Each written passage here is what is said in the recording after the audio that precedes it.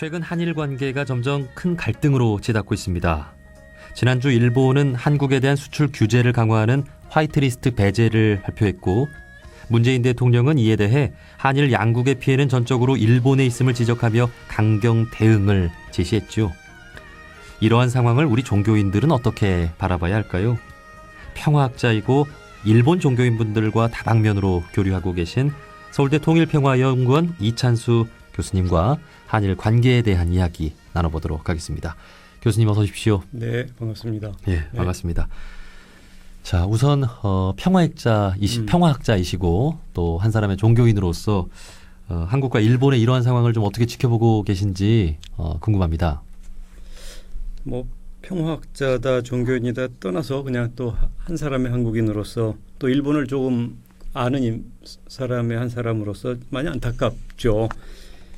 기본적으로 상대방을 억압해서 상대방을 죽여서 자기가 살려는 태도처럼 보이는데 지금 일본의 한국에 대한 태도가 평화학적으로나 뭐 종교적으로나 옳지 않잖아요. 네. 그래서 더 안타깝죠. 뭐. 네. 네.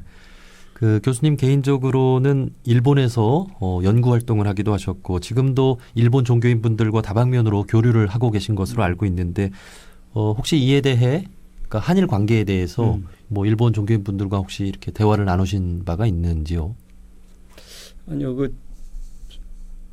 요 사태가 터지기 직전인 6월 말에 와세다 대학에서 여러 일본 내 언론이나 교수들과 토론을 하긴 했는데 그 이후로는 딱히 제가 일본을 가거나 그러지는 않았고 특별히 이 종교인들과의 대화를 해본 적은 아직은 없습니다. 그런데 이제 9월이나 10월 사이에 몇 차례 일본 종교인들을 만날 기회가 있는데요.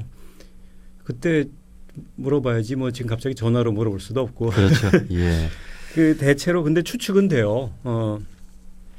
그냥 일본의 양심적 종교인들이랄까 일본의 종교인들도 일본 사람들이 기본적으로 아베 싫지만 한국도 문제 있어 약간 이런 반응을 약간 양비론적인 반응을 보이는 경향이 있는데 일본의 종교인들도 좀 그런 것 같다는 느낌은 듭니다. 네. 뭐 제 앞에서 직접 한국도 문제 있어 이런 말을 차마 하지는 못하겠지만 그냥 막연하게 그런 추측을 하는 정도예요. 네, 그러니까 그 교수님 지금 말씀해주신 대로 한일 관계가 점점 더 이렇게 갈등으로 가는 상황에서 우리 종교인들이 한일 양국의 뭐 기독교인이면 기독교인끼리 또 불교인이면 불교인들끼리 그런 만남을 통해서 또 공감대가 형성이 되고 좀 그런 또 이렇게 평화를 그 안에서 어떻게든 확산시키기 위한 노력을 좀 해가고 있는 것 같은데 그런 그 하나의 일로 이제 한일 개신교 단체들이 그 일본의 수출 규제를 철회하라는 공동 기자회견을 얼마 전에 또 열기도 했잖아요. 그렇죠. 지난달에. 예. 그 어쨌든 일본 종교계나 지식인들 이렇게 진보적인 시민 단체들 아마 우리 한국인들과 좀 많이 공감을 할 수 있는 부분들이 있겠죠. 아무래도 그 시민 운동하는 사람들이 한국과 공감하거나 한국적 상황에 대해서 동의하는 그런 사람들이 제법 상대적으로 많을 거라고 생각해요. 그래도 한계는 사실 또 냉철하게 보면 한계도 늘 있는 것 같거든요. 가령 아까 말씀하신 대로 한국 기독교 교회 협의회 NCCK라고 부르는 데하고 일본 기독교 협의회 NCCJ라고 불리는 곳에서 지난 7월 말에 공동으로 한국에서 공동 기자회견을 열었죠. 일본 정부가 한국에 대해서 취하는 수출 규제 조치를 철회하라. 그런 성명서를 발표했는데 그거 자체로는 의미가 있고 그 가진 일본 사회에 던져주는 의미도 있지만 제가 문제는 이것이 과연 일본 기독교 교회 협의회에 속한 교회 구성원들 모두의 의견일까라고 생각해 보면 그냥 이것도 역시 저의 추측인데 그런 것 같지는 않아요. 그냥 임원단에서 주도한 듯해요. 그러면 한국에서 발표는 했지만 일본 사회에서 그렇게 영향력이 있을까 이런 좀 의심이 좀 되긴 합니다. 게다가 일본 기독교라는 게 워낙 소수라서 일본 인구가 1억 2,600만 명쯤 되는데 가톨릭 개신교를 다 합해도 100만 명이 안 돼요. 터키 개신교 더 적죠.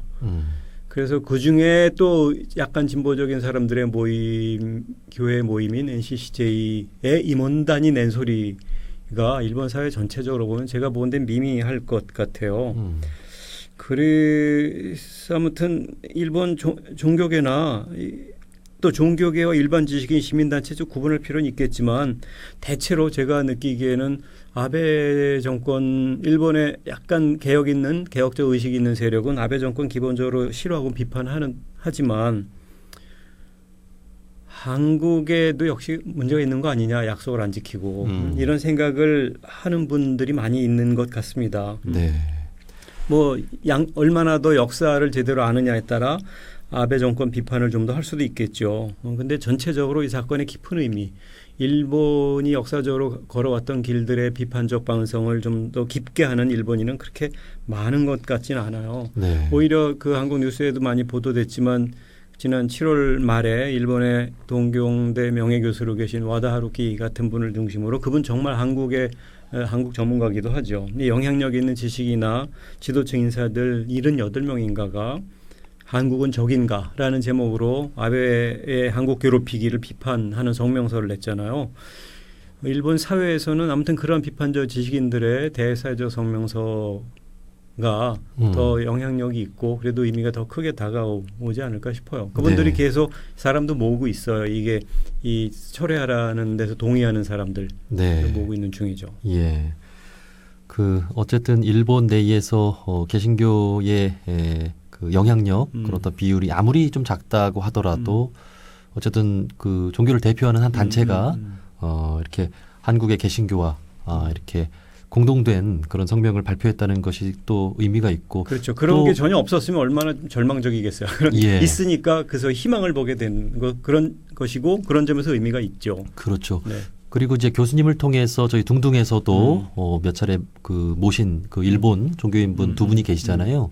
그 기타지마 그 기신 그 교수님하고 그 법학자이신 사나다 예 교수 돌아가셨어요. 아 그렇습니까? 네네. 예. 작년에. 아유. 여기 오신 지 그렇게 오래지 않아서.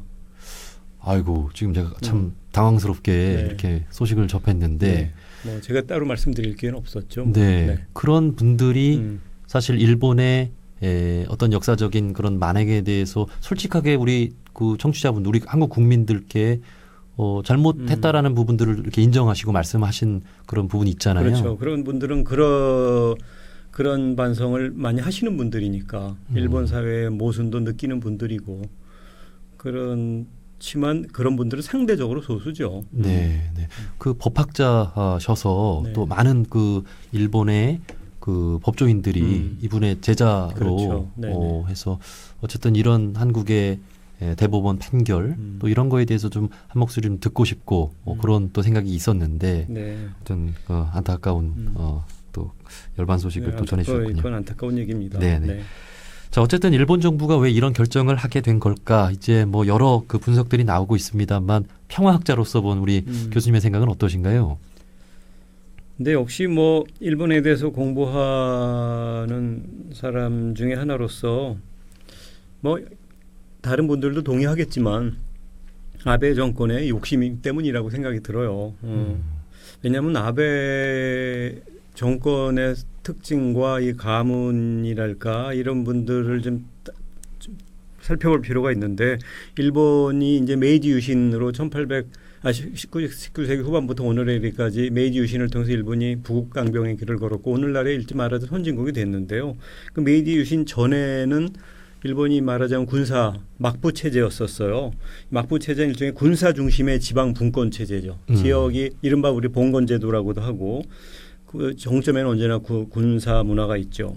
근데 이것을 확 바꿔서 천황 중심의 중앙 집권적 통일 국가로 만든 게 이제 메이지 유신이거든요. 예. 이 체제를 만들면서 일본은 이제 국가가 다시 거듭 태어나다시피 했어요. 그래서 정치, 경제, 군사적으로 굉장히 강대해졌고 동시에 일본 중심적 사회를 더 강하게 하게 되었거든요. 근데 이때 이 천황 중심으로 나라가 이 재편이 되면서 갈 것을 잃은 막부들이 이른바 정한론, 한국 정벌론이죠. 한국 정벌론을 펼쳐서 한반도에다가 일본의 각 그 일본 언어로 번이라고 부르는 막부 시대 그 다이묘들이 통치하던 지방 영지죠. 이것을 한국에도 만들고 싶어 했어요. 그게 이제 이른바 정한론인데 이 정한론, 한국 정벌론을 주장한 사람들이 메이지 유신의 주역이기도 했던 일본의 사스마 번과 조슈 번 출신 무사들이에요. 근데 아베 지금 신조 일본 총리가 조슈 출신 사람이고 또 지금 내가 부총리로 있는 아소다로 이 사람이 사스마 번 출신이에요. 근데 사실 그러니까 과거 정한론 이 일본의 힘을 무력적인 힘을 대외로 펼쳐서 일본이 아시아의 중심 국가로 등장하려고 했던 욕심을 가진 그 세력이 사실 지금 다시 등장하고 있는 거라고 해도 과언이 아니에요. 그러니까 일본이 전쟁에서 지고 나서 미국이 주도해서 이른바 지금의 헌법을 만들었는데 그게 이제 헌법 구조에 군대를 포기하고 군대를 보유하지 않고 전쟁을 포기한다는 규정이 일본 헌법 구조에 있거든요. 그래서 그런 평화 규정이 있어서 평화헌법이라고 부르잖아요. 근데 바로 그 평화헌법을 개정해서 그러니까 군대를 보유하지 않겠다, 전쟁을 포기한다는 선언을 없앰으로써 전쟁을 다시 유사시에 전쟁할 수 있는 국가로 만들고 싶어하는 게 제일 관건이죠. 지금 뭐 다 아시는 얘기지만 아베 정권에서 지속적으로 헌법 개정을 위한 노력을 하고 있는 중에 그런 분위기를 만들기 위한 일환이기도 하죠. 한국과의 분쟁을 확장시키는 거는. 그 이제 100년 전과 지금은 참으로 많이 달라졌잖아요. 그렇죠. 그럼에도 일본 내에서 어쨌든 무력으로 일본의 어떤 힘을 좀 과시하고 좀 세력을 확장하고자 하는 그런 시도들이 실질적으로 어떤 그 효과가 있을까요? 가능할까요? 아니 글쎄 그 말은 전쟁을 하겠다는 거 아니죠. 전쟁을 하겠다가 아니라 유사시 전쟁할 수도 있어야 그게 제대로 된 국가다라고 이 아베 정권은 강하게 생각하는 거예요. 일본은 지금 현재 자위대이고 방어를 할 수는 있지만 공격을 할 수는 없는 구조예요. 그렇죠. 그런데 이게 정당하게 만약에 일반 그 군대라면 뭔가 자기들이 위태하다고 생각할 때 공격할 수도 있도록 국내의 범법적 정당성을 갖고 있을 거란 말이에요. 그것을 갖고 싶어 하는 거예요. 그래서 당장 한국과 전쟁하겠다 이런 건 아니죠. 어쨌든 이렇게 지금 헌법 체계하에서는 이 힘의 한 나라의 이 무력적 힘의 중심은 군대잖아요. 그런데 지금 헌법 체계에서는 군대를 확장하기 힘들어요. 그런데 상대적으로 이 중국은 군사적으로나 경제적으로 무지하게 커지고 있고 북한은 북한대로 미사일 실험을 예를 들어 계속하고 이 미중 간의 경제 전쟁이 많이 벌어지다시피 하면서 서로 패권 다툼하는 중에 일본은 과거 영화를 많이 놓쳤고 이런 과거에 대한 아쉬움도 굉장히 클 테고 그러니까 지금 일본이 정치, 군사, 경제적인 재부상을 꿈꾸면서 일본 힘 우위에 기반한 일본 중심적인 평화 그거를 다시 한번 건설해보고 싶은 거죠. 그러려면 어떻든지 헌법을 개정해야만 가능하다라고 생각하는 게 지금 아베 정권의 기본적인 희망이잖아요. 그런데다가 또 그런 강력한 나라를 강력하게 키우면은 또 표를 얻기 마련이에요. 우리나라 힘이 세졌어. 주변에 영향력이 커졌어. 저 나라가 우리 눈치 보네. 이런 얘기를 국민들이 느끼면 자부심이 생긴단 말이에요. 그럼 표를 또 지금 정권에게 주고 그러니까 정권 재창출이랄까 정권의 유지 이런 것도 기본적으로 염두에 두고 있는 거죠. 그러니까 우리나라 같으면은 이제 국방력을 강화한다. 군인을 좀 많이 뽑고 그 국방력에 많은 투자를 한다고 했을 때 우리 국민들이 동의할까라는 생각을 한다면 그렇지는 않을 것 같은데. 아니죠. 한국도 말하자면 보수 우익 세력은 국방력을 우선으로 생각하잖아요. 안보란 말이 언제나 그런 거죠. 군사적 힘을 키워서 상대방이 우리를 무력적으로 넘보지 못하도록 해야 된다. 북한에 대해서도 그런 식으로 생각하잖아요. 북한도 남한에 대해서 그렇게 생각하고 그러니까 자꾸 무기를 확대해 왔잖아요. 이게 얼마나 소모적이에요. 살상 무기에 대한 예산을 이렇게 투자한다는 게. 그러니까 사실은 우리도 한국 사회에서도 보수적인 세력, 힘 중심의 안보를 추구하는 사람들은 그렇게 생각하는데 일본 아베 정권이 그런 거고 거기에 동의하는 많은 우익 세력들이 전국에서 조직적으로 뒷받침을 하고 있죠. 그러면 일본 국민들은 대체로 일본의 군대를 좀 강화하는 데 많이 동의할 것이다. 아니요. 이 여론조사 제가 정확한 숫자는 생각 안 나지만 일본에서도 평화헌법을 그대로 수호해야 된다는 비율이 더 높아요. 아, 예, 예. 근데 문제는 그런 헌법은 국회의원들이 하잖아요. 근데 이제 일본의 중의원이나 참의원, 일본은 이제 의원 내각제로 돼 있는데 거기 국회의원 세력이 보수 세력들이 훨씬 더 많고 아직까지 확실히 헌법을 개정할 수 있는 수준은 안 되지만 헌법을 개정하는 목소리를 높이는 사회 일각의 우익들이 많아요. 그 이익들 받아서 지금 우익 정치 세력이 유지되어 가고 있고 국민들이 또 이런 평화헌법을 개정하는 것은 반대지만 그렇다고 다른 대안적 정권이 없어요. 그렇다고 무슨 국회의원이나 이런 정당을 에 대한 마음에 들어하는 정당이 없다 보니 지금 보수적인 자민당 정권이 계속 가는 거예요. 네. 그러면서 자꾸 이 헌법을 개정할 수 있는 가능성도 점점 커져가고 있는 거고. 네. 특히 우리나라는 이제 광장 문화가 발달하고 이제 정치에 대한 그런 관심도 많이 또 있고 네. 한데 일본 국민들은 우리나라에 반해서 이런 정치 어떤 정책 이런 거에 대한 관심이 조금 덜하다고 들었어요. 아마 그런 것도 영향이 좀 있겠죠. 그러게 일본은 이 중앙 정치에 대한 관심은 상대적으로 약해요. 아까 제가 일본 메이지 시대 이전의 막부 체제는 군사 중심의 지방 정부가 서로 연립 내지 분할되어 있는 세력이었다 그랬잖아요. 그래서 이것을 전체를 통일해 본 게 메이지 시대 이후예요. 그래서 일본 130여 년 정도도 안 됐어요. 통일 국가가 된 게. 지방의 자치 정치가 훨씬 익숙한 사람들이요. 그러니까 지방 생활 정치는 굉장히 강한데 중앙의 권력을 바꾸는 데까지 관심은 한국만큼 크지 않아요. 예. 근데 사이즈도 그래. 일본은 한국보다 3배는 큰 나라잖아. 인구도 거의 3배가 많고 1억 2,600만 명인데 2.5배는 많은 데다가 지금 주변 지역에서 생활하는 것만으로도 충분히 인간적인 생활할 수 있다고 생각하니까 굳이 중앙의 권력 안팎이 누구냐에 관계없이 생활은 별 변화가 없거든요. 네. 그래서 그런 의미의 이제 광장 정치는 약하죠. 우리는 그렇지만 사이즈도 좀 적고 통일 국가를 경험해 본 게 사실 오래됐고 우리는 네. 고려 시대 이후로 거의 한 나라였었으니까. 그래서 우리는 여차하면 중앙 정권을 갈고 싶어하고 바꾸고 싶어하는 경향이 굉장히 크고 국민이 중앙 정치에 대한 관심도 굉장히 많잖아요. 네. 그런 차이가 있어요. 예.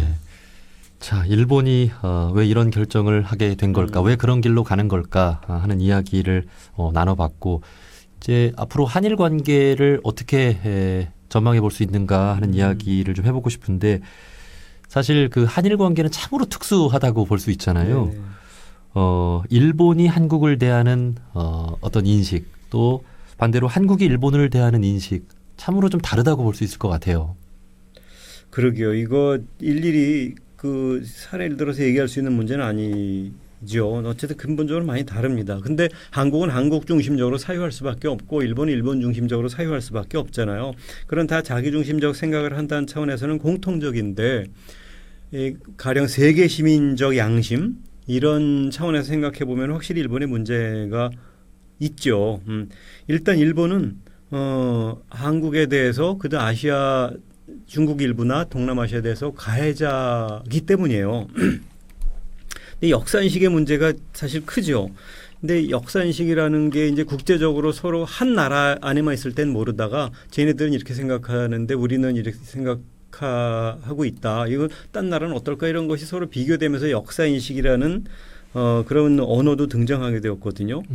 근데 그런 외국인의 눈으로 보면 일본은 기본적으로 전쟁에 패배한 충격. 근데 전 세계에서 처음으로 원자폭탄이 실험된 나라잖아요. 원폭 충격이 워낙 크다 보니까 2차 대전을 벌인 나라임에도 불구하고 피해자 의식이 커요. 일본 사람들은. 네. 전쟁 피해자다. 이런 의식이 강하죠. 그러다 보니 상대적으로 가해자 의식이 별로 안 커요. 그게 이제 근본 문제거든요. 일본은 전쟁에서 패전했다. 그렇게 얘기하지 않고 전쟁이 끝났다. 그래서 패전이란 용어가 아니라 종전이라는 언어를 써요. 공식적으로. 예. 종전 몇 년. 패전했다 그래야 우리가 전쟁을 벌였는데 졌어. 이런 자의식이 드는 건데 전쟁 끝났어. 그러니까 제3의 언어를 쓰는 거죠. 객관적인 언어. 일본에 여러 평화 박물관들이 많은데 평화 박물관들 가보면은 거의 원폭 피해 의식이 메인 컨셉, 기본적인 컨셉으로 되어 있어요. 이런 눈으로 일본 역사를 보니까 한국에 대해서 좀 잘못한 것 같아 이런 생각이 별로 안 드는 거예요. 일반 예. 의도적으로 이것을 간과하는 게 아니라 그런 생각이 좀 상대적으로 약하죠. 네. 그러다 보니까 우리 한일 관계에서 상처를 준 사람은 기억을 못 하는데 상처 받은 사람은 강하게 기억을 하고 있는 그런 상황인 것 같아요. 어쩔 수 없죠. 왜냐하면 이제 가해자, 그러니까 피해자는 그 상처를 잊어버릴 수가 없잖아요. 이제 가해자가 진심으로 사과해야만 되는데 그래야 피해자의 마음이 풀릴까 말까인데 네. 이 가해자가 가해 의식이 막 단순하게 표현하면 없거나 약한 셈이에요. 근데 이렇게 되면 어떻게 하겠어요? 결국 어쩔 수 없이 안타깝지만 피해자가 온 힘을 다해서 주체적으로 극복해야 돼요. 피해자 의식을 벗어나서 진정한 의미의 강자가 되기 위한 노력을 펼쳐야만 하는 거죠. 소태산 대종사께서 강자, 약자, 진화상 요법이라는 말씀을 하셨는데 아주 현명한 말씀이시죠. 강자가 약자를 돕고 서로가 모두가 강자가 되는 길로 나가야 된다는 얘기를 결국 하시려는 건데 근데 약자가 강자로 나아갈 때 강자가 도와주면 좋겠지만 강자는 굳이 도우려고 하지 않아요. 예. 그게 현재 국제 정치나 그 현실이기도 해요. 그러면 약자가 주체적으로 강자의 길로 진화해 나갈 수밖에 없는 거잖아요. 근데 사실 그러기에는 굉장히 많은 지혜가 필요합니다. 힘도 필요하고 노력도 필요하고 우리 국제 외교도 정말 잘 해야 되고 뭐 경제 문제가 제일 중요하겠습니다만. 네. 어쨌든 이러한 상황에서 우리 국민들의 일본 제품 불매 운동 참여율이 그 여론조사를 보면 많게는 80%, 적게는 60%에 이르고 있는 것으로 나타나고 있습니다. 앞으로 더 높아질 것으로 예상이 되는데 글쎄 우리 국민들이 좀 잘하고 있는 걸까요? 어떻게 좀 봐야 될까요?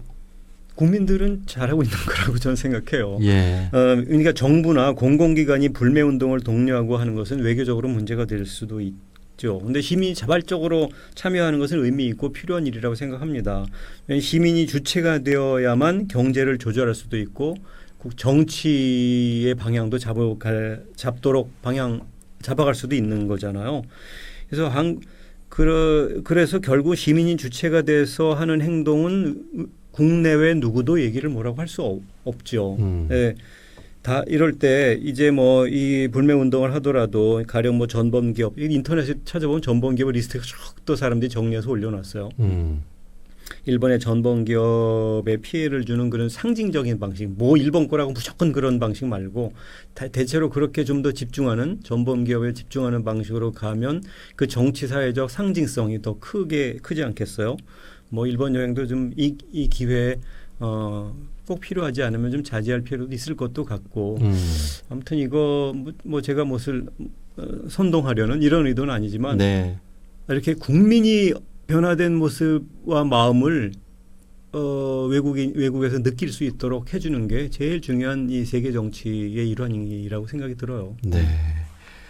자, 이제 다음 주에는 그 광복절도 있습니다. 일본에 대한 감정이 더 악화되지 않을까 또 걱정이 되는데 앞으로 평화를 위해서 덜 폭력적인 미래를 만들어가기 위해서 정부 차원에 혹은 우리 국민 개개인 차원에서 좀 어떤 역할을 해야 할지 한 말씀 듣고 싶습니다. 아니 뭐 사실 질문이 뭐 정부 차원, 개인 차원 뭐 굉장히 거대한 질문이시기도 한데 요청이기도 하신데요. 어쨌든 정부 차원에서는 지금 문재인 정부가 좀 강대강 차원의 태도를 취하고 있긴 합니다만 뭐 의미 있다고 생각합니다. 그러면서도 외교적 노력도 포기하면 안 된다고 생각해요.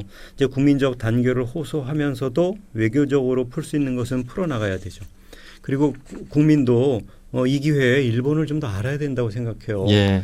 우리나라가 너무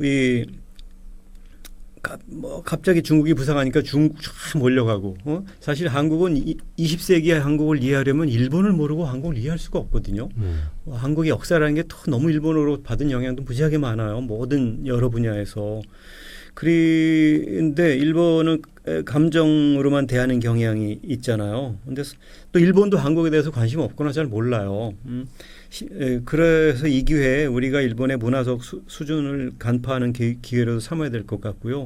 감정으로만 대하지 말고 아까 말씀드렸습니다만 일본 사람들은 중앙 정치에는 관심 없는데 지역별 생활 정치는 잘 되어 있어요. 그래서 한국의 경제력 차이도 일본이 3배, 4배 정도 되는데 이게 1대1로 맞붙으면 한국이 3배 이상 피해가 커요. 어쩔 수 없이. 이런 거 의식하기 때문에 그 한국 또 남남 갈등이 벌어질까 봐 걱정도 돼요. 물론 한국 사람이 똘똘 뭉치면 피해를 가능한 줄이면서 바로 극복할 수 있기도 할 텐데 아무튼 일본은 생활 정치가 잘 되는 곳이라서 이런 경제적 타격이 이렇게 크지 않습니다. 네. 그래서 이런 것도 잘 봐서 외교적 지혜를 발휘할 땐 발휘해야 되고 또 국민적 차원에서는 단결된 목소리를 낼 땐 내야 하고 그리고 저 사람은 일본 사람들이 개인적으로 만날 땐 다 좋은 사람들 같은데 일본이라는 나라 왜 그러지 하는데 이유가 있거든요.